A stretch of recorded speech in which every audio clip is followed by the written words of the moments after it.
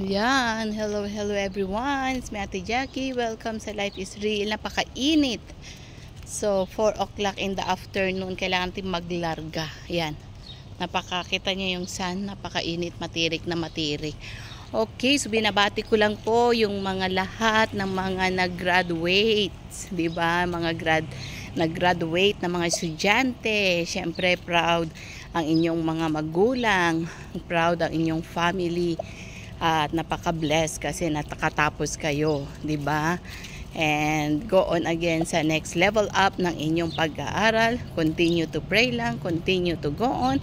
Continue lang dahil merong ginagawa ang ating Panginoon.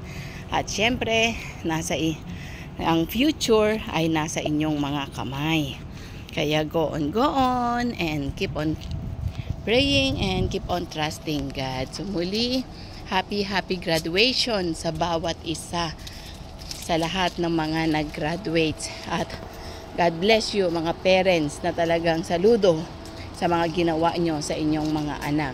Mapa elementary, nursery man ito, high school, college, happy. God bless you all and bye for now.